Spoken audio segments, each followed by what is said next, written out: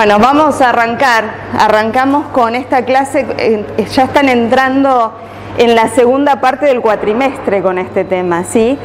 Endocrinología general. Mi nombre es Andrea Feliet, yo soy profesora asociada de la cátedra y bueno, voy a estar a cargo de todo este módulo de endocrino. El PDF, ¿todos vieron el PDF? ¿Lo trajeron? Es exactamente la clase de hoy. Y es una clase que es muy sencilla. Vamos a ir. Lo primero que vamos a recordar para empezar a hablar de toda la parte de endocrino es recordar algunos conceptos de comunicación celular, ¿sí? Que como bien lo dice la filmina, hay diferentes tipos de comunicación. Tenemos una comunicación que es dependiente de contacto. A ver si voy a mostrar con esto. Ahí está. Dependiente de contacto, donde tenemos una célula, ¿sí?, que emite un mediador, ¿sí?, una molécula señal que va a actuar sobre un receptor que está ubicado en una célula diana, que es la célula que va a actuar, ¿sí? Ese tipo de comunicación es dependiente de contacto. El otro tipo de comunicación, que ustedes ya esto lo conocen, es comunicación parácrina, donde la célula señalizadora emite señales y estas señales van a actuar sobre todas las células vecinas, ¿sí? La que ustedes ya vieron, y lo vieron bastante bien con el doctor Bata y un poco con Analía Tomat, es la comunicación de tipo sináptica, ¿sí?, donde se comunica una neurona con una célula diana, y ahí vieron que hay distintos tipos de comunicación sináptica, ¿sí? ¿Cuáles eran? ¿Se acuerdan? La química y la eléctrica. Vieron que tenían diferencias, ¿sí?, entre ellas. La química fundamentalmente estaba mediada ¿por quién? Por un neurotransmisor, que dependiendo de si era el sistema nervioso simpático o parasimpático iba a ser uno, o dependiendo de qué neurotransmisión estemos hablando, ¿sí? La que vamos a ver hoy es la comunicación de tipo endocrina, ¿sí?, donde tenemos que hay una célula que sintetiza y libera un mediador, ¿sí?, que lo vamos a llamar hormona. Y este mediador, fíjense, ¿por dónde viaja hacia las células donde va a actuar? Por el torrente sanguíneo. Esa es la gran diferencia, ¿sí? Para que tenga una función endocrina, tiene que liberarse ese mediador al torrente sanguíneo y a través del torrente sanguíneo va a ser transportado hacia la célula diana, ¿sí? Entonces, si ustedes tuvieran que darme una definición de hormona, ¿qué me dirían? ¿Qué es una hormona? Es una señal emitida por una célula endocrina. Es una señal, podríamos decir ya que es una ¿qué? ¿Qué características tiene esa señal? Endocrina es un mediador, ¿sí? Un mediador químico, ¿sí? Es un mediador químico que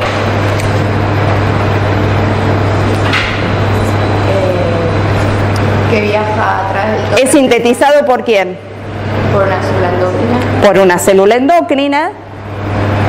Que viaja a través del torrente sanguíneo hasta la célula diana. ¿Y en la célula diana qué tiene que tener? Receptores. Entonces la definición de hormona va a ser esa. Es un mediador químico, ¿sí?, que es sintetizado y liberado por una célula endocrina. Después vamos a ver cuáles son las células endocrinas. Es volcado al torrente sanguíneo para luego ser transportado, ¿sí?, hacia la célula diana, que es donde va a ejercer su función. Y en la célula diana tiene que haber, fíjense, un receptor para esa hormona, ¿sí? ¿Van bien?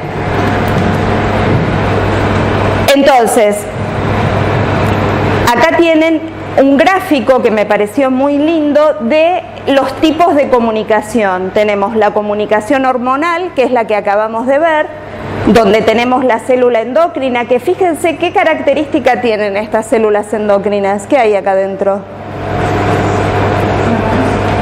¿Qué son? Acá lo dice, secretory vesículas.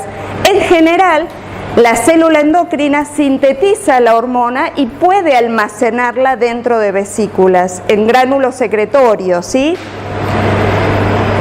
Cuando estas vesículas liberan su contenido, el contenido es vertido ¿hacia dónde? Hacia la sangre.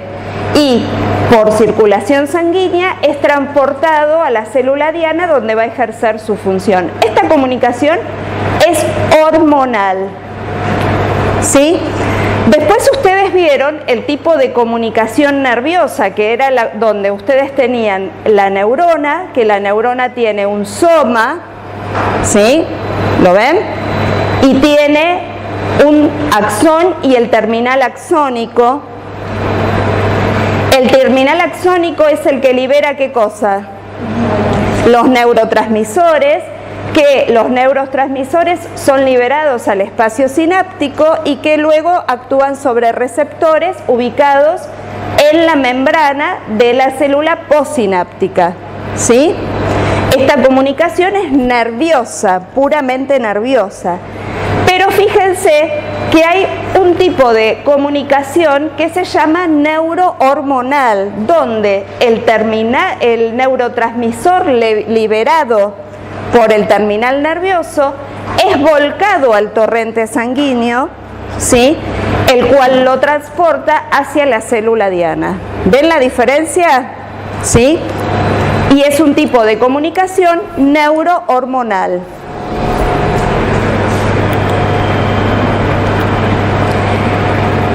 ¿Cuáles son las glándulas que hay presentes en el organismo? Hay glándulas que son clásicas y hay tejidos no clásicos que pueden secretar hormonas.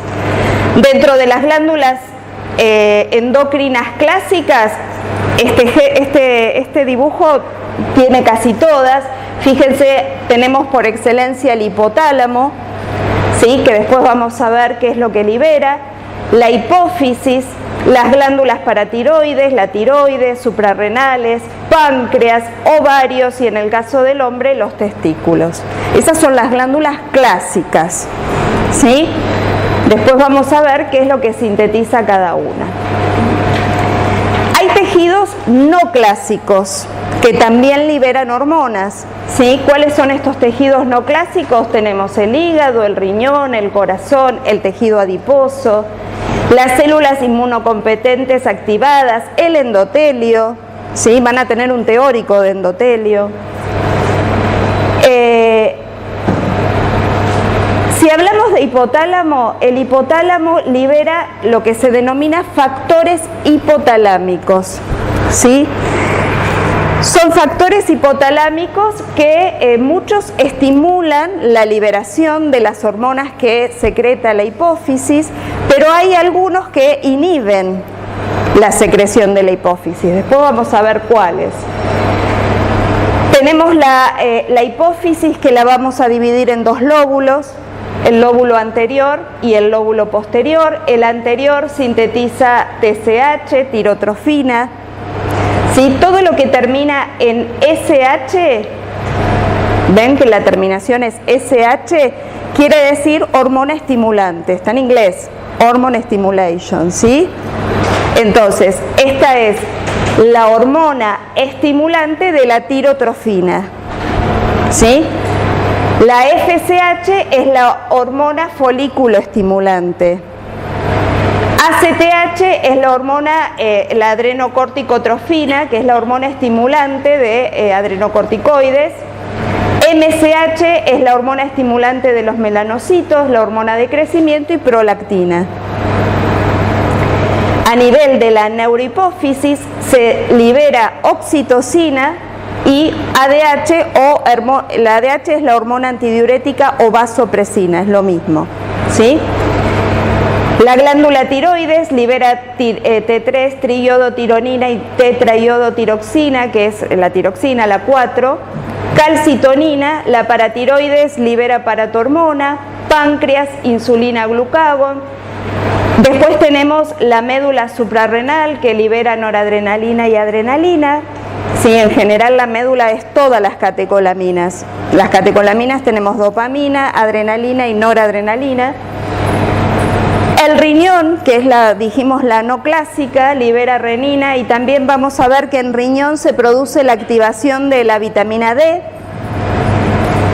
Corteza suprarrenal, que libera cortisol, aldosterona y andrógenos. Testículos, que libera testosterona. Ovario, estradiol y progesterona. El cuerpo lúteo, también estradiol y progesterona. Y bueno, la placenta después lo vamos a ver.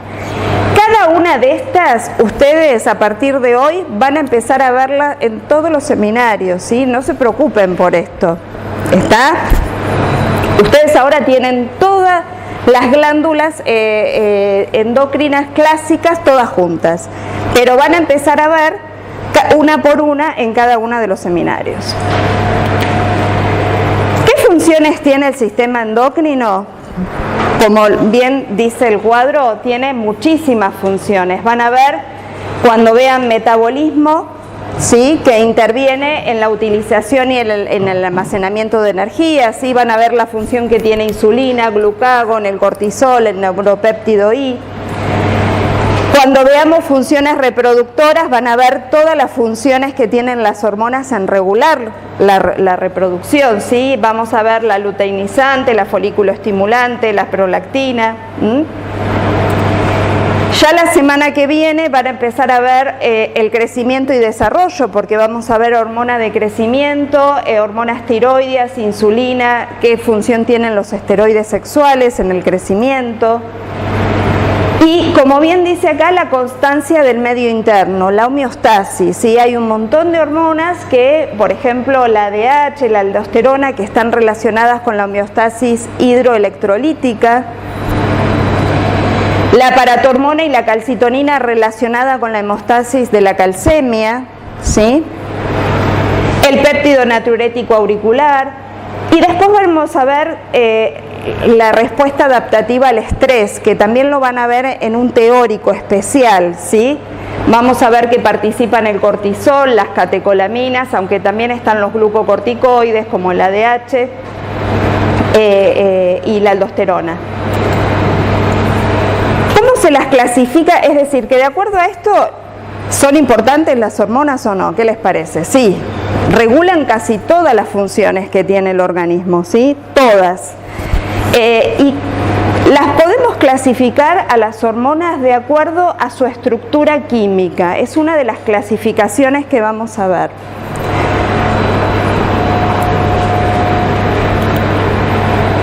Hay hormonas que denominamos esteroideas.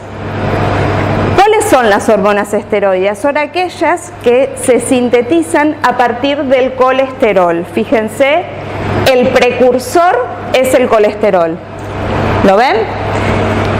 ¿Y quiénes son estas hormonas? Fíjense, tenemos la corteza suprarrenal, ¿sí?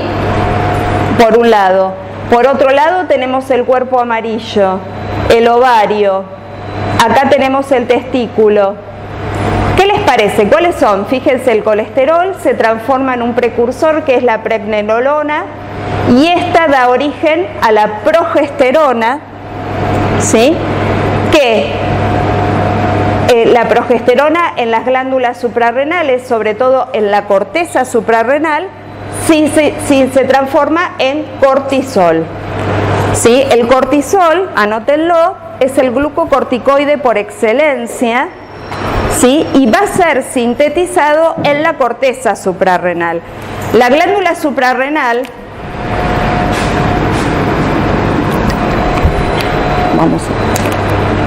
todavía no la vieron, pero lo van a ver, está formada por, a ver si alguien sabe.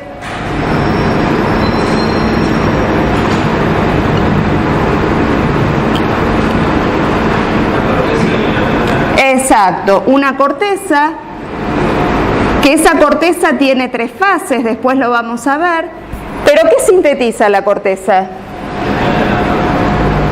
Glucocorticoides. El principal glucocorticoide por excelencia es el cortisol. Mineralocorticoides. El principal mineralocorticoide por excelencia es la aldosterona, ¿sí? Entonces tenemos cortisol, aldosterona,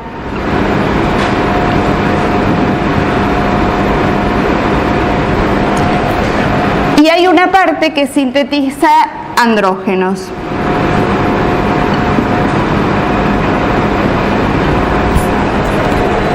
¿Sí? Y después tenemos la parte más interna, que es la médula. La médula sintetiza dopamina, noradrenalina, que es el neurotransmisor, igual que el neurotransmisor, ¿sí? Pero en muy poca cantidad, y en mayor porcentaje adrenalina. La adrenalina es la hormona sintetizada por la médula, ¿sí? La adrenalina no es el neurotransmisor es la noradrenalina, ¿sí? No se confundan con eso. Entonces, ¿por qué vamos acá? Porque las hormonas esteroideas son las que van a sintetizar, por un lado, el cortisol, ¿sí? Por otro lado tenemos la progesterona, la androstenediona, que es uno de los andrógenos que también provienen del colesterol, ¿sí? Y los estrógenos. Fíjense que en el ovario se sintetiza el 17-beta-estradiol, que es el principal estrógeno de la mujer fértil, ¿sí? El estradiol. Eso lo vamos a ver cuando vean reproductor, ¿sí? Entonces, si hablamos de hormonas esteroideas, hablamos de glucocorticoides, hablamos de esteroides sexuales, ¿sí? Esteroides sexuales son la progesterona y los estrógenos y los andrógenos. ¿Está? ¿Por qué es importante que sepan esto? Porque el tipo de hormona va a determinar en general la localización del receptor sobre el cual actúa, ¿sí? Hay otro tipo de hormonas que se denominan derivadas de aminoácidos, ¿sí?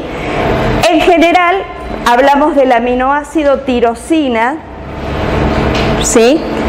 Que fíjense que la tirosina, por una serie de pasos, ¿qué es lo que da? Dopamina, da noradrenalina y adrenalina, y estas son las catecolaminas, ¿sí? Las 3 catecolaminas.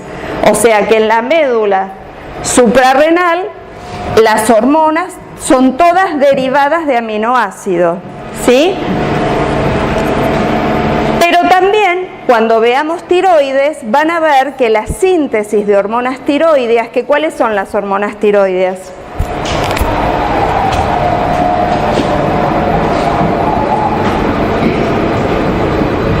Lo tienen que ver para la semana que viene. Tenemos la T4, ¿sí? Que es la tetraiodotirosina o tiroxina. La T3, que es biológicamente la más activa, que es la triiodotirosina. Y la T3 reversa, que se supone que es la inactiva, la que no se le ha encontrado función. La biológicamente más activa es esta. La que se sintetiza en mayor porcentaje es la T4, ¿sí? La mayor cantidad de T4, al llegar a los tejidos periféricos, se desyoda y se transforma en T3, y ahí ejerce su acción, ¿sí? La T4 y la T3 y la T3 reversa derivan, como bien lo dice acá arriba, de un aminoácido que es la tirosina, ¿sí? Y acá yo les puse esto para que ustedes vean la diferencia que hay entre la noradrenalina y la adrenalina. Fíjense que el neurotransmisor del terminal simpático es la noradrenalina, ¿lo ven? En tanto que la médula lo que más sintetiza es adrenalina, ¿sí? ¿Lo ven? Es para que quede esa diferencia, ¿sí? Porque muchas veces lo confunden eso. Hay otras hormonas que son peptídicas, ¿sí? Que se sintetizan a partir de un ARN mensajero, ¿sí? El ADN, bueno, se transcribe en ARN mensajero, luego se traduce, se forma una preprohormona, ¿sí? Esto lo van a empezar a leer cuando vean hormona de crecimiento para la semana que viene. Esa preprohormona se transforma en una prohormona que, bueno, luego de sufrir una serie de modificaciones, se transforma en hormona, es acumulada en vesícula secretoria y cuando llega el estímulo adecuado se libera, ¿sí? Entonces, tenemos tres tipos de hormonas: las derivadas de esteroides, las derivadas de aminoácidos y las peptídicas, ¿sí?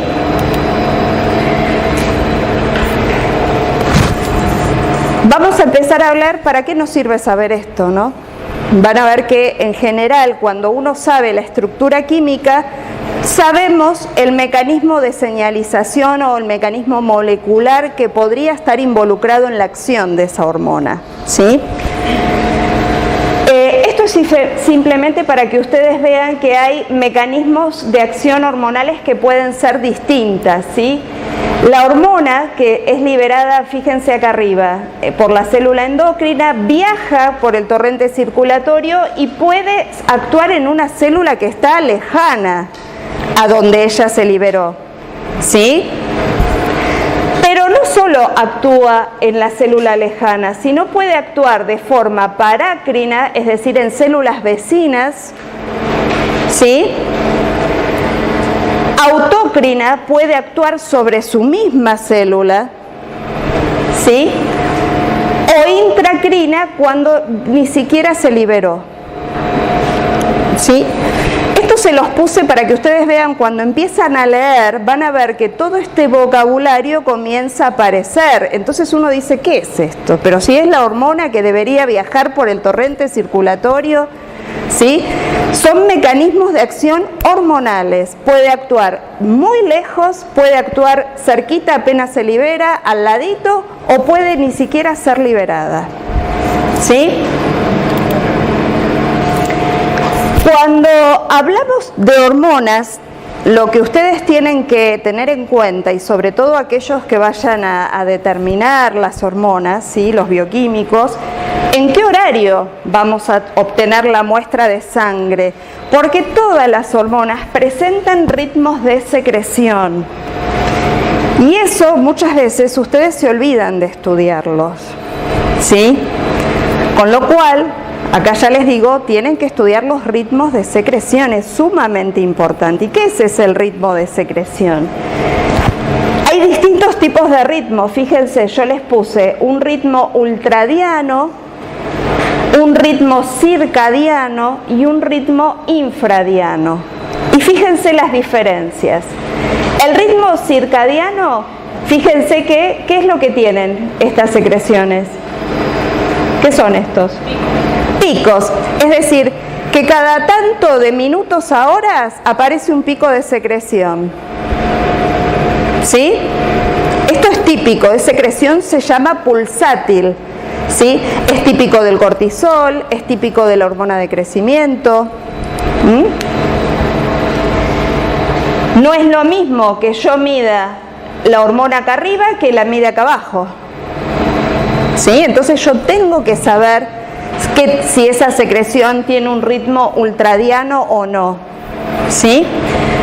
Por otra parte, si yo observo 24 horas, puedo ver que a lo largo del día esa hormona presenta una mayor secreción en un rango horario que en otra, ¿sí? Por ejemplo, la hormona de crecimiento plasmática, fíjense que presenta una mayor secreción en el rango después del mediodía.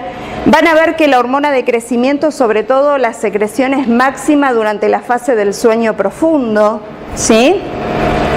Ahí es máxima la secreción.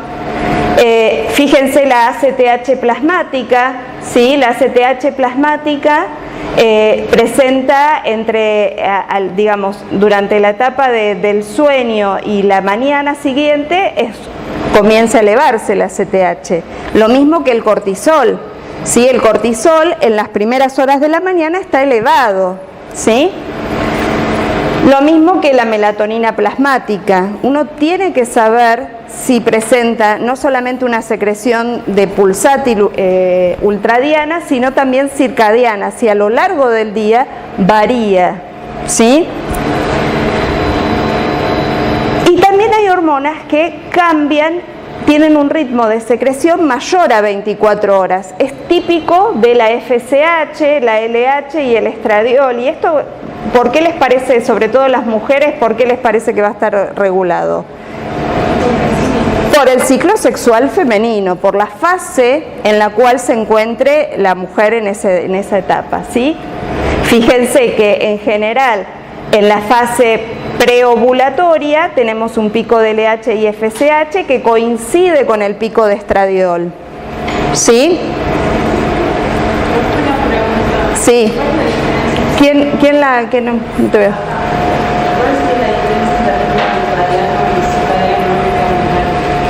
El ultradiano es en menos de minutos a horas, es decir, cada tantos minutos o 1 o 2 horas tenés un pico.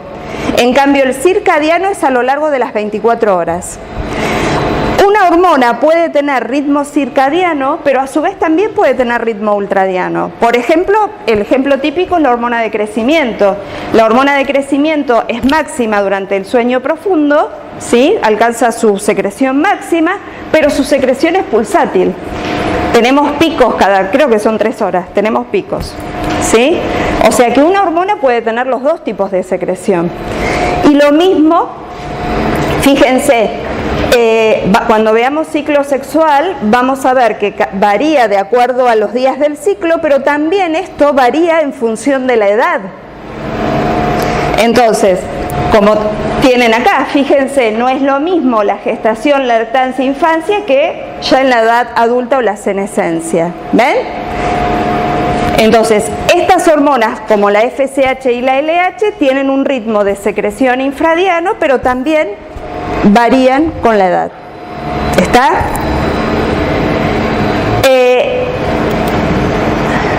Y acá vamos a hablar de la estructura química y del tipo de receptor. ¿Qué es esto lo que yo les decía? Teníamos 3 tipos de hormonas dependiendo de la estructura química. ¿Cuáles eran?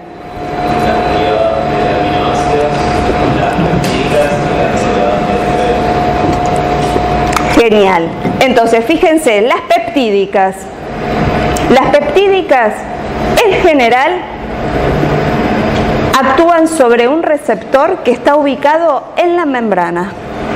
En general, son receptores de membrana. Y ahí podemos nombrar a un montón de hormonas. Podemos nombrar la TSH, la TRH, ¿sí? La CTH. Van a ver que todas aquellas hormonas que tengan una estructura peptídica, en general, tienen receptores de superficie de membrana, que esos receptores van a estar acoplados a proteínas G de distinto tipo, ¿sí? Pueden ser G estimulatoria, G inhibitoria, GQ, ¿sí? Y obviamente, dependiendo a qué tipo de proteína G está acoplado, va a desencadenar la vía de los segundos mensajeros. ¿Lo ven? Y obviamente eso hace que se produzca la respuesta biológica, ¿sí? Entonces, hormonas peptídicas, en general, esto es general, hay excepciones, ¿sí? Esto es en general. Hormonas peptídicas, receptores de membrana. Cuando la hormona es esteroidea, ¿cuáles serán las hormonas esteroideas?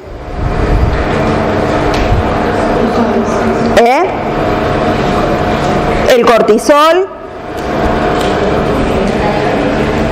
el estradiol, los estrógenos, la progesterona, los andrógenos, todo lo que derive de colesterol.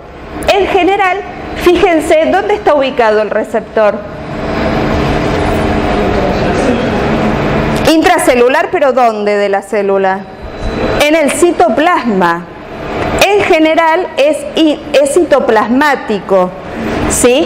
Y fíjense qué es lo que pasa cuando la hormona se une a ese receptor, se forma este complejo hormona-receptor. ¿Qué es lo que hace? Miren, ¿a dónde va? Al núcleo. ¿Y en el núcleo qué hay? ADN.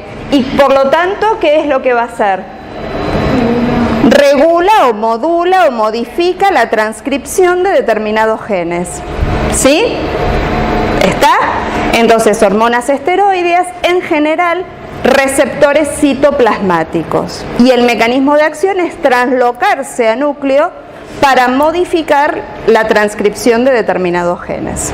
¿Sí? El otro tipo de hormonas, dijimos las derivadas de aminoácidos como ser la tirosina, y esta es la hormona tiroidea por excelencia. La hormona tiroidea antiguamente se decía que su receptor único era, ¿dónde está ubicado? Intranuclear. Eso era antiguo.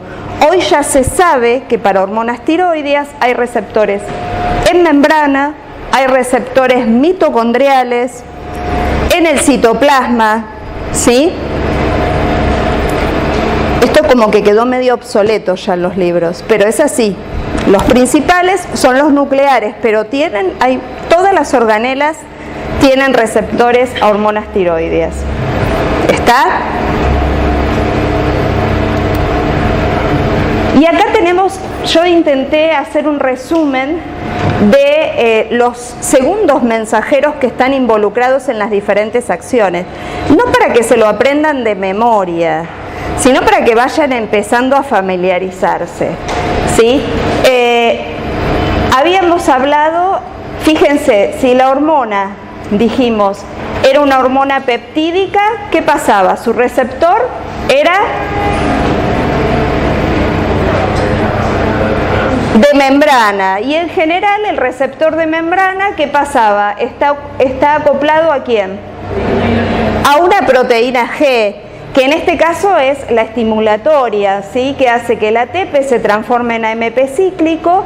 Eso hace que se active la proteína quinasa A, y al activarse la proteína quinasa, fíjense que se fosforila una proteína blanco, ¿sí?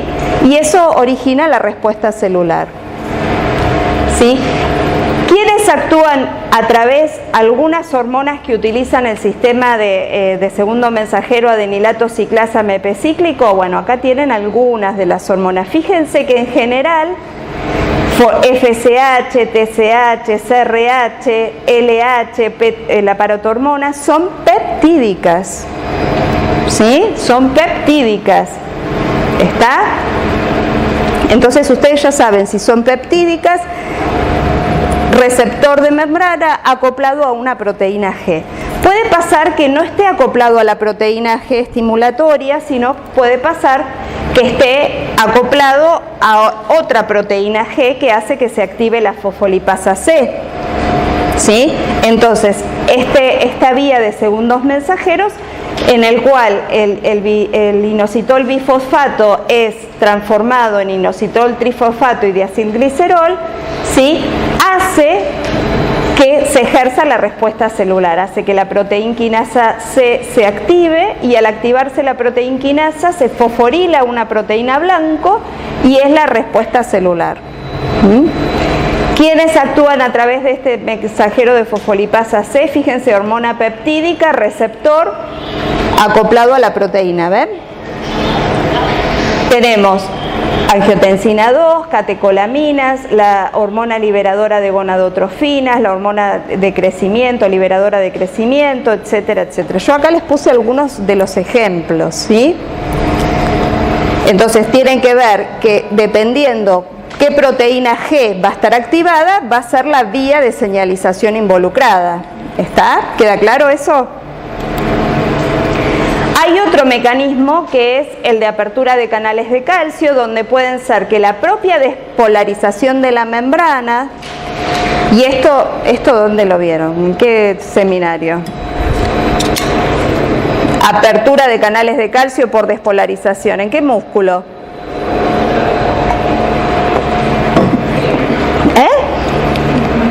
¿En cuál?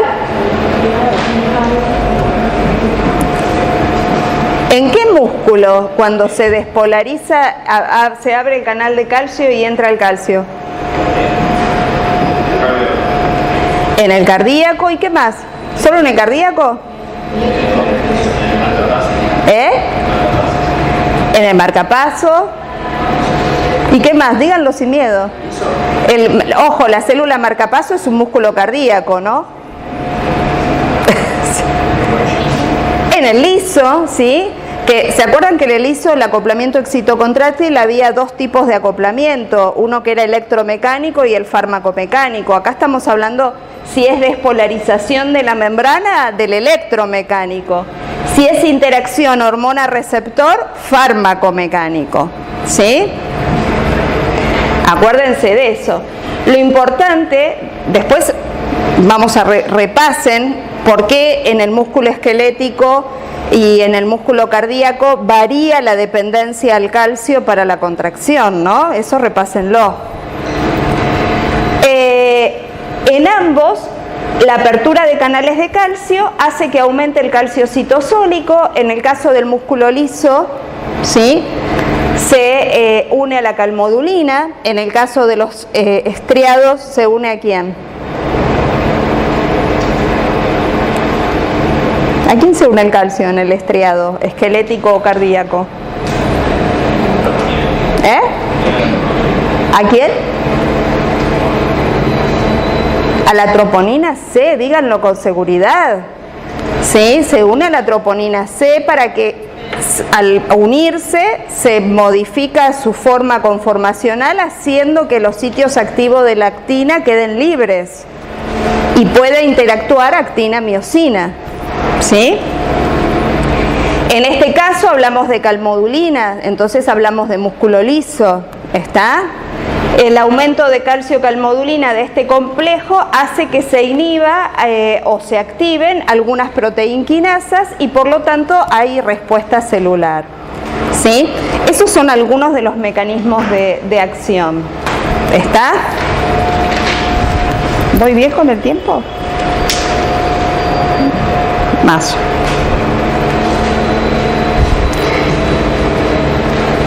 Bueno, vamos a ir rápidamente a esto. ¿Hasta ahí quedó claro? ¿Sí? Entonces, se tiene que saber la estructura química de la hormona para ver dónde está ubicado su receptor y para ver cuál podría llegar a ser el segundo mensajero involucrado, ¿sí? A grandes rasgos, ¿no? Y acá tenemos la hipófisis. La hipófisis, como ustedes saben, está formada por dos lóbulos, ¿sí? El lóbulo anterior, ¿sí?, que está, como lo muestra acá, formada por la pars tuberalis, que es la amarilla, y la pars distalis, que es esta media marrón anaranjada, ¿sí? Y el lóbulo posterior, que forma parte de la neurohipófisis, que está formada por la eminencia media, el tallo infundibular y la pars nerviosa, ¿sí? Eso es anatómico. Este dibujito a mí me encanta para que ustedes vean de qué origen es cada una de las partes. Fíjense, esto da origen a esto que es la adenohipófisis, ¿verdad? Esto es la bolsa de Rathke, es decir, que la adenohipófisis es una evaginación de la bolsa de Rathke, es de origen epitelial, ¿sí? En cambio, fíjense que si acá tengo el tercer ventrículo, la neurohipófisis es una prolongación de ese piso del tercer ventrículo. O sea, ¿qué origen va a tener la neuro? Nervioso, ¿sí? Eso por un lado, por eso les puse ese grafiquito. Por otra parte, quiero que vean, fíjense que en el gráfico de abajo, que está sacado de otro libro, arriba tengo la neuro y abajo tengo la adeno, ¿lo ven? Y fíjense que la neuro tiene una conexión nerviosa directa ¿con quién? ¿Quién está acá? El hipotálamo. El hipotálamo tiene algunas células que se llaman magnocelulares que forman parte de dos núcleos, el núcleo paraventricular y el núcleo supraóptico. En estas células está el soma de la neurona, porque esto es de origen nervioso, ¿se acuerdan? Entonces fíjense que el axón de esa neurona, ¿a dónde va a terminar? En la neuro, ¿lo ven? Este axón de la neurona forma parte de lo que se llama el haz hipotálamo hipofisario. Es el tipo de comunicación nerviosa que hay entre el tálamo y la neurohipófisis. Y es a nivel de la neurohipófisis donde la terminal nerviosa libera la hormona. Que en este caso estamos hablando de dos hormonas. ¿Cuáles son las dos hormonas que que libera en la neurohipófisis? La oxitocina y la vasopresina o antidiurética. Es decir, que tanto la oxitocina como la vasopresina se sintetizan en el hipotálamo, viajan por el axón y se liberan en la neurohipófisis. Eso queda claro, ¿no? Bien. La adenohipófisis, a diferencia, fíjense que tiene un montón de células, ¿ven? El dibujito está lleno de células que se van a dedicar a sintetizar muchas hormonas. ¿Cuáles son las hormonas que sintetiza la adenohipófisis? Tenemos la ACTH, que es la adrenocorticotrofina. ¿Qué hace la ACTH? Si es TH es Hormone Stimulation, ¿no? ¿A estimular a quién? Si es la adrenocorticotrofina. A la glándula suprarrenal, a la corteza suprarrenal para aumentar la síntesis de... ¿De quién? ¿De? ¿La corteza sintetiza catecolaminas? No, la médula. ¿Qué sintetizaba la corteza? Cortisol, aldosterona y andrógenos. Pero en el caso de la ACTH estimula a la corteza para que sintetice ¿quién? Cortisol, glucocorticoides. El cortisol es el ejemplo de excelencia, ¿sí? Esa es la ACTH, adrenocorticotrofina, que es peptídica. Si es peptídica, en corteza va a actuar sobre un receptor ¿de quién? De membrana, que va a estar acoplado a una proteína G. En general es estimulatoria, ¿sí? Luego tenemos la TSH, que es la hormona estimulante o tirotrofina. Hormona estimulante del tiroides o tirotrofina. ¿Qué va a hacer la TSH? Estimular a la glándula tiroides, ¿para qué? Para que sintetice ¿qué? T3, T4 y T3 reversa.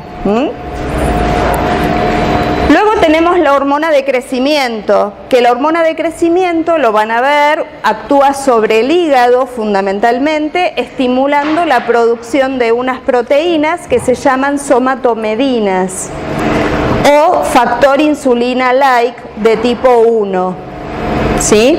El IGF-1. La hormona de crecimiento, este no anda.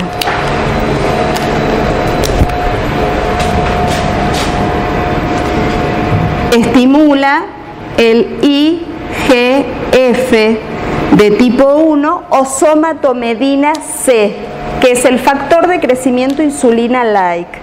Que ese factor, van a ver para la semana que viene, es el realmente responsable del crecimiento óseo. ¿Sí?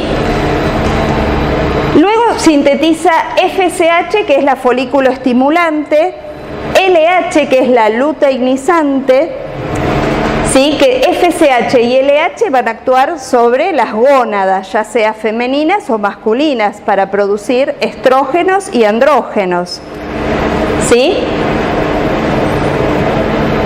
Y después tenemos prolactina. Ahora, ¿cómo se regula la síntesis de estas hormonas? Fíjense que este lóbulo está conectado vía sanguínea con hipotálamo, que el hipotálamo libera una serie de factores. Fíjense, TRH, CRH, GNRH, GHRH, somatostatina, dopamina. Son factores hipotalámicos que son peptídicos, ¿sí? La TRH, ¿qué es lo que va a hacer? Va a actuar sobre la adenohipófisis, estimulando la liberación ¿de quién? De TSH. La CRH estimula la liberación ¿de quién? De ACTH. GNRH es de gonadotrofinas. Va a estimular la liberación de las gonadotrofinas, que ¿cuáles son? La FSH y la LH. ¿Sí? La GHRH estimula la liberación ¿de quién? De hormona de crecimiento. ¿Sí? Después hay un factor que lo podríamos llamar GHIH, que es inhibidor de la hormona de crecimiento, que es la somatostatina. ¿Sí? Es GHIH, es lo mismo. Y luego tenemos la dopamina, que podríamos decir que es un factor inhibitorio, prolactina inhibitoria. La dopamina inhibe la síntesis y la secreción de prolactina. ¿Lo ven? O sea que para regular la secreción de la adenohipófisis necesitamos de todos estos factores hipotalámicos. ¿Sí? En tanto, fíjense, para la neuro tenemos el núcleo supraóptico y paraventricular, liberan a través del terminal axónico oxitocina y, ¿ven?, vasopresina directamente. Este es el tipo de células. En el hipotálamo hay células magnocelulares, que son las que van a sintetizar estas dos hormonas, y neuronas parvocelulares, que son las que van a sintetizar todos los factores hipotalámicos. Es para que cuando vean y lean, cuando lean neurona magnocelular, me estoy refiriendo a la síntesis de ADH y de oxitocina, y cuando lean neuronas parvocelulares, me estoy refiriendo a la síntesis de todos los factores hipotalámicos que regulan la secreción de la adenohipófisis. ¿Está? Para que vean el tipo de comunicación, fíjense que el hipotálamo con la neurohipófisis dijimos que era nervioso, ¿sí? En cambio, la adenohipófisis con el hipotálamo es a través de los vasos portales largos, ¿sí? El sistema de los vasos portales largos, los factores reguladores de la secreción que provienen del hipotálamo llegan a través de circulación sanguínea, ¿sí? Y también hay vasos portales cortos que son los que comunican ambos lóbulos. ¿Está? ¿Queda claro eso? Los largos comunican hipotálamo con adenohipófisis y los cortos son los que comunican ambos lóbulos. Esto es para que vean que el hipotálamo, para secretar ya sea la oxitocina, la antidiurética o cualquiera de los factores hipotalámicos, tiene que recibir información. ¿De dónde les parece que recibe información? Para aumentar o no la secreción de una determinada hormona.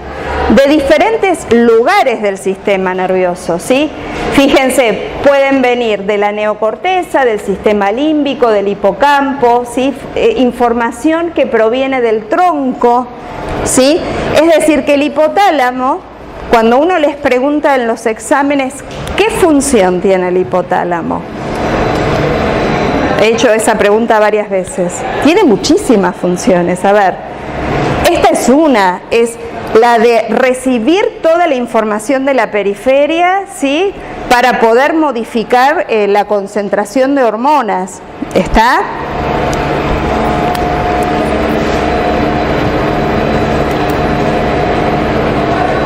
Los péptidos, fíjense, esto es para que ustedes recuerden que en general todos los factores hipotalámicos que vimos son péptidos, ¿sí? Y esos péptidos actúan sobre las células del lóbulo anterior, las células tirotrofas, las células gonadotrofas, las corticotrofas, somatotrofas y lactotrofas en receptores presentes en la membrana, que están acoplados, y fíjense que yo acá les puse en general, este a la fosfolipasa C, este también, este a la hilatociclasa, es para que tengan idea, ¿Sí?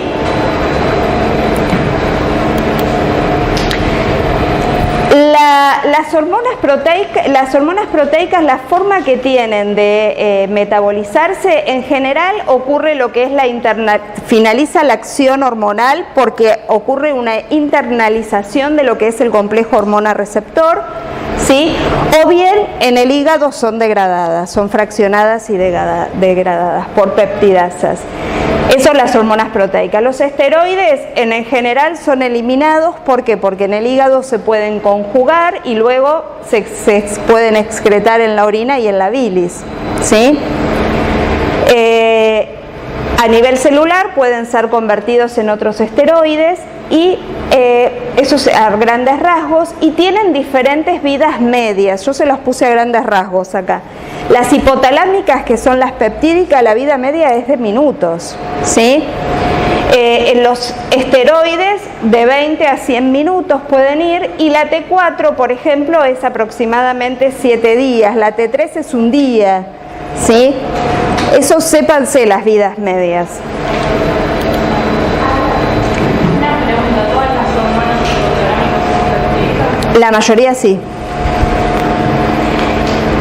¿Cómo se finaliza la acción hormonal? Bueno, por un lado, fíjense que hay distintos mecanismos que son los que están puestos en rojo. Los niveles de hormona circulante se regulan por el efecto biológico, es decir, que cuando el efecto biológico está ocurriendo, eso mismo hace que se inhiba la secreción.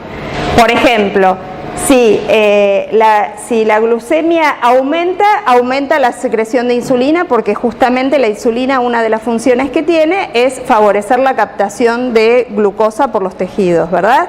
Entonces, cuando haya mucha glucemia, la glucemia esté aumentada, la secreción de insulina va a estar aumentada, y por lo tanto, cuando aumente la insulina, la glucosa va a bajar. Cuando baje la glucemia, ¿sí?, la secreción de insulina va a bajar. ¿Se ve? Es decir, que la hormona, la secreción puede estar regulada por su propio efecto, ¿sí?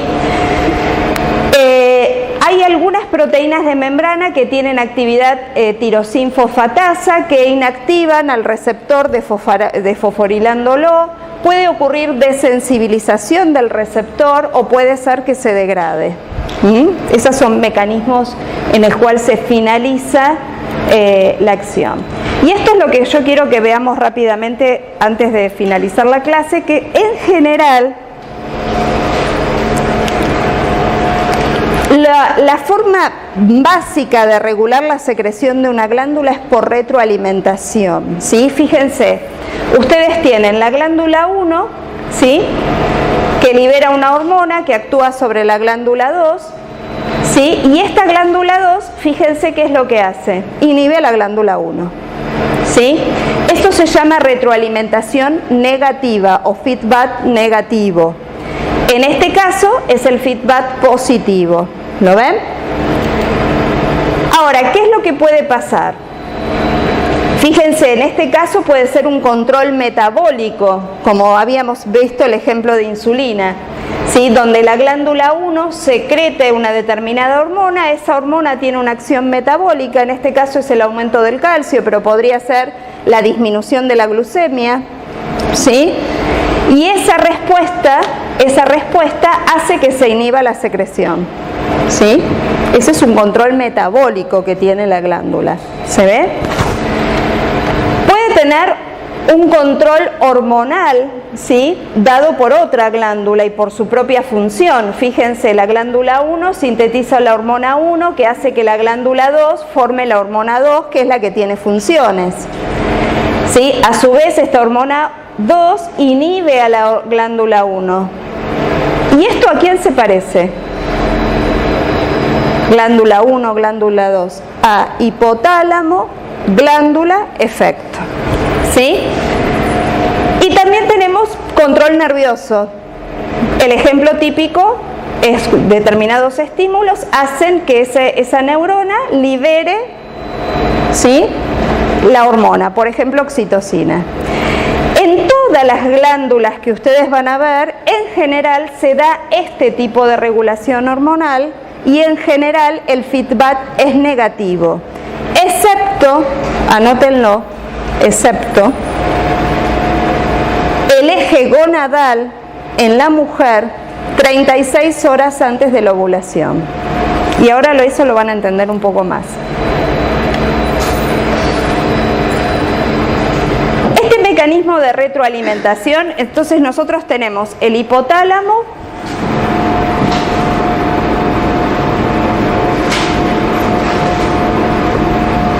por ejemplo, vamos a poner que libera la TRH, esto va a ir a la adenohipófisis. ¿Y qué va a liberar la adenohipófisis? ¿Qué libera? Si esto estimula esto para que libere TSH, y la TSH ¿qué va a hacer? Va a actuar en la glándula tiroides, y la tiroides va a sintetizar fundamentalmente la T4, T3, ¿sí? Entonces esto es muy parecido a esto, ¿sí? ¿Lo ven?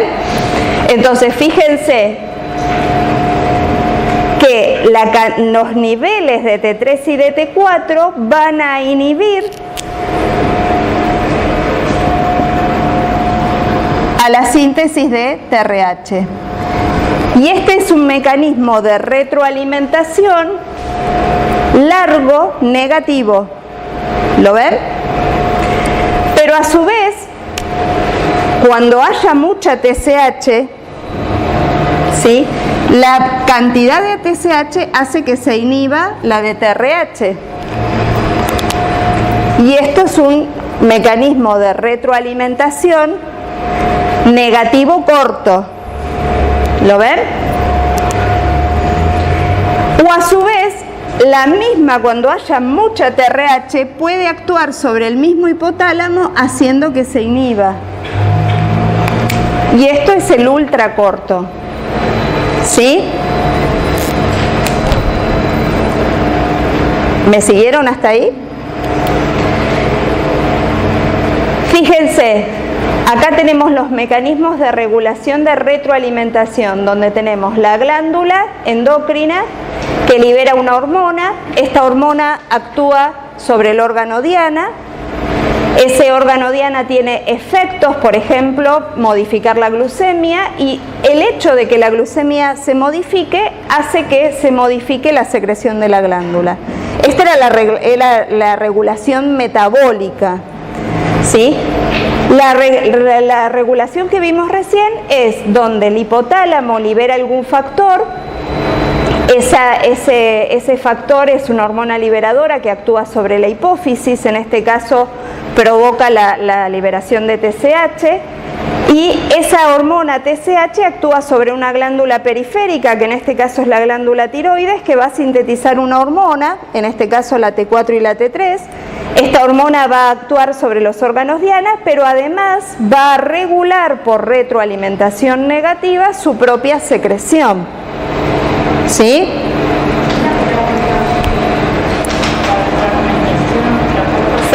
Fuerte. Es sobre sí mismo, se da también. Acá, la misma, cuando hay ya mucho nivel de TRH, el mismo hipotálamo responde liberando propio, o lo mismo la TSH. Cuando los niveles de TSH son muy altos, actúa sobre la misma adenohipófisis para impedir que se sobrepase, excepto en algunas patologías, ¿no? Si esto funciona fisiológicamente normal. Lo que les quiero decir que en general todas las regulaciones son negativas, excepto la retroalimentación positiva que se da en la fase preovulatoria, ¿sí? En general, los estrógenos, ¿sí?, el estradiol, que es el principal estrógeno de la mujer fértil, ¿sí?, no embarazada, ¿no? El estradiol, porque el estriol es el del embarazo. El estradiol durante todo el ciclo ejerce un feedback negativo sobre la secreción de FSH y LH, excepto en la etapa preovulatoria, 36 horas antes de la ovulación, donde cuando se supera una concentración de estradiol de mayor a 300 picogramos por decilitro, ese feedback se convierte en positivo y hace que además de haber estradiol muy alto, hay LH y FSH, que eso permite la rotura del folículo y la ovulación. ¿Sí? Así que quiero que se vayan de la clase pensando que en general los mecanismos de feedback son negativos, excepto en el eje gonadal en la mujer. ¿Está? Pregunta de examen. Acá lo tenemos. Fíjense, el eje gonadal, hipotálamo libera el factor GnRH que actúa sobre la adenohipófisis, que estimula la liberación de FSH y LH, y esto hace en el ovario, sintetiza estradiol. El estradiol va a actuar sobre la hipófisis y también va a actuar sobre hipotálamo, ¿sí? Fíjense que inhibe menos en la mitad del ciclo, que ¿qué es lo que hace? Estimula. ¿Ven? Que tiene la línea llena. En la fase lútea, que es la fase posterior, ¿sí? Inhibe también la progesterona, inhibe. ¿Sí? Acá ya les digo que el esteroide sexual que predomina en la fase folicular, que es la primera fase del ciclo, es el estrógeno, el estradiol, en tanto que en la fase lútea, que es la segunda fase, es la progesterona. ¿Sí? En el hombre, fíjense que la FSH actúa sobre las células de Sertoli, sintetizando andrógenos. Sintetizando andrógenos, cualquier cosa, sobre las células de Sertoli, permitiendo la diferenciación de los espermatozoides, y actúa la LH sobre las células de Leydig, ahí sí, favoreciendo la síntesis de testosterona. Y fíjense que la testosterona es la que por feedback negativo inhibe a la adenohipófisis e inhibe al hipotálamo. ¿Ven? Acá tienen el otro eje, el eje tiroideo, que es el que hicimos ahí. ¿Sí? Fíjense, lo que yo quiero que vean es esto. Para que hipotálamo libere TRH, no solamente necesito de la información de la periferia, sino fíjense que el hipotálamo recibe un montón de información proveniente de factores del medio externo, de áreas suprahipotalámicas, ¿sí? Factores del medio interno como variaciones de la glucemia, la osmolaridad, ¿sí? O sea, que va a haber muchos estímulos que van a hacer que hipotálamo sintetice TRH. ¿Está claro? El estrés, van a ver, sobre todo cuando una persona está estresada, hay un aumento de síntesis, ¿sí?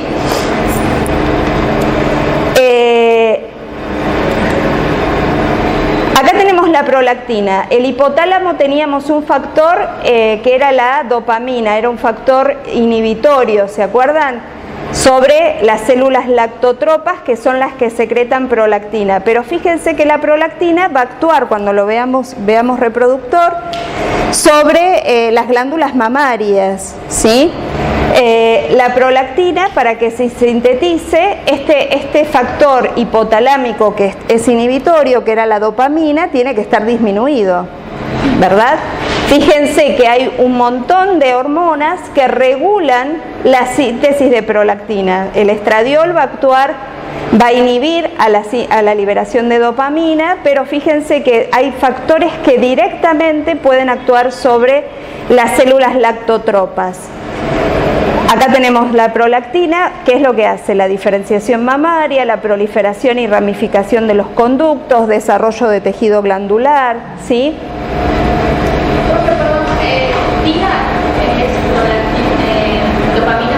Dopamina es esta.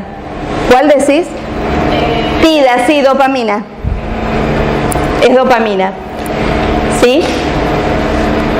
Y fíjense que va a tener un ritmo circadiano, el estrés va a modificar la síntesis de prolactina y hay un reflejo de la succión, que es el reflejo, la prolactina junto con la oxitocina intervienen en un reflejo neuroendocrino, ¿sí? Que es el reflejo eyectolácteo. ¿Sí? Hay dos reflejos neuroendocrinos que tienen que saber. ¿Y cuáles son? Uno es el eyectolácteo, que es el que les dije, y el otro ¿cuál es? El parto. ¿Sí? Este Este es el eje adrenal, donde tenemos que el hipotálamo libera CRH, ¿ven? La CRH actúa sobre el adeno en la célula corticotropa, que es la que libera ACTH. ¿Y la ACTH qué actuaba? ¿En dónde actuaba la ACTH? ¿Pero en qué parte? ¿En qué parte? En la corteza suprarrenal, no en la médula, como dijiste vos, ¿sí? Y en la corteza libera cortisol. Y fíjense que el mismo cortisol es el que hace que, bueno, se inhiba la inflamación, pero además tiene un feedback sobre el eje. Este es el que van a ver la semana que viene. Esto es rápido, se los paso. Fíjense que la hormona de crecimiento teníamos dos factores. El GHRH, que estimula la síntesis de hormona de crecimiento, y el GHIH, que era somatostatina, era el que inhibe, ¿sí? Eso actuaba sobre el hígado y en el hígado se estimula la síntesis del factor de crecimiento insulina simil, que es el somatomedina, sobre todo la somatomedina C, y es el mediador a través del cual produce el crecimiento longitudinal de los huesos. La hormona de crecimiento tiene otras funciones que también las tienen que saber, ¿sí? No se queden solo con esto. Y es el factor IGF-1 que por retroalimentación negativa actúa sobre los distintos componentes del eje. ¿Lo ven? Esto lo tienen en el PDF, por eso lo paso rápido.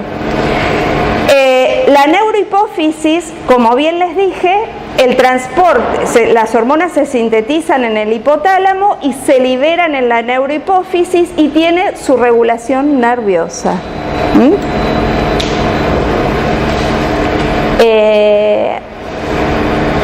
Acá tenemos hormona antidiurética y vasopresina. Esto, ¿por qué se los puse? Porque es como que uno se olvida que es sintetizado por el soma de una neurona, ¿sí?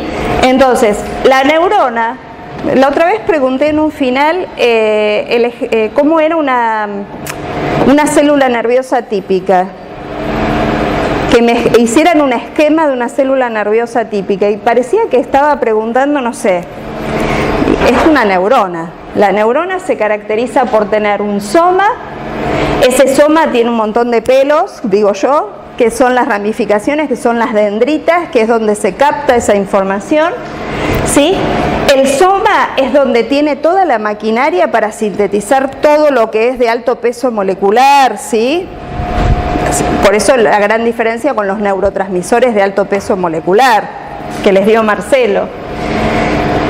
Cuando se sintetizan en el soma, esta hormona se une a una neuroficina y viaja, esta hormona proteína viaja por todo el axón y es en el terminal axónico donde se libera. ¿Lo ven? Tenemos la hormona y la neuroficina. ¿Sí? ¿Queda claro eso? Eso es una membrana. Fíjense que para que haya liberación tiene que haber un estímulo, ¿sí? Y acá dice, esto es una neurona magnocelular, que son las que forman parte de ese núcleo supraóptico y paraventricular, ¿sí?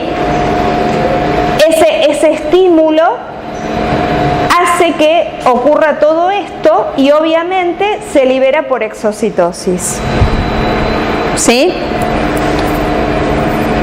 Para que haya liberación, al igual que la neurotransmisión simpática o parasimpática, tiene que haber la llegada de un potencial de acción, es decir, una despolarización de la membrana del terminal, que hace que se abran canales de calcio, el calcio ingresa al terminal y eso hace que las vesículas se acoplen, ¿sí? Y se puedan excretar por exocitosis, ¿sí? Fíjense cómo mirando hormonas empezamos a repasar lo anterior. ¿Está? Bueno, esto es más o menos lo mismo para que vean esto. ¿Y esto qué es? Esta es la vasopresina. ¿En qué situaciones la vasopresina está aumentada o disminuida? Y saber que hay en el hipotálamo osmoreceptores que son los que van a modular la síntesis y liberación de vasopresina o ADH, que el ADH tiene la función principal, tiene dos funciones. Una, como el nombre lo dice, de vasopresina, es vasoconstricción, ¿Sí? Vamos a poner acá, ya los dejo ir, no me maten con el tiempo. ADH, tenemos receptores de tipo B1 en el músculo liso de los vasos sanguíneos, por lo tanto provoca vasoconstricción. ¿Sí? B2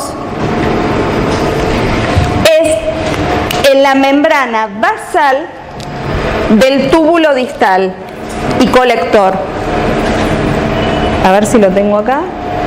Acá está, B2, en la membrana basal del túbulo distal y colector. ¿Qué es lo que hace cuando se une la vasopresina?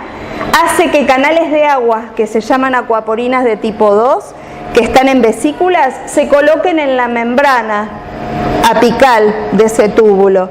Y como son canales de agua, el agua puede pasar por ósmosis, es decir, interviene en la reabsorción de agua a nivel del túbulo contorneado distal y colector. Esa es la función antidiurética. ¿Sí? Eso lo vamos a ver cuando terminemos en la cursada de fisiología casi. Van a ver qué función tiene la hormona antidiurética. El túbulo distal y colector, si esto es una nefrona, que es la unidad funcional del riñón, el distal y colector es desde acá hasta acá. Es decir, que en la última porción la reabsorción de agua depende de esta hormona. Y es fundamental para regular el equilibrio hídrico que tiene el organismo. ¿Sí? Por eso su secreción está regulada por los osmoreceptores que están a nivel hipotalámico. ¿Está? Cuando el organismo detecta que está perdiendo agua, su osmolaridad plasmática aumenta y eso hace que hay que reabsorber agua, hay que dejar que eliminemos agua. ¿Sí? ¿Se entiende? Y a continuación tienen estos dos reflejos que se los voy a dejar para que los miren porque ya me pasé mucho de tiempo. Es el reflejo neuroendocrino, el eyecto lácteo y el del parto. ¿Sí? Si es neuroendocrino, como todo reflejo, ustedes vieron que hay un estímulo, hay un receptor, una vía aferente, ¿sí? Un centro integrador, una vía eferente y un efector. Acá pasa lo mismo en estos dos reflejos. La única diferencia es que una vía aferente es nerviosa y la vía eferente es hormonal. Esa es la diferencia de los dos reflejos. ¿Sí? Miren las funciones que tiene cada una de las hormonas. No los quiero entretener más porque ya me alargué mucho la clase, ¿no? Los volví locos. Ya está, Dari, gracias.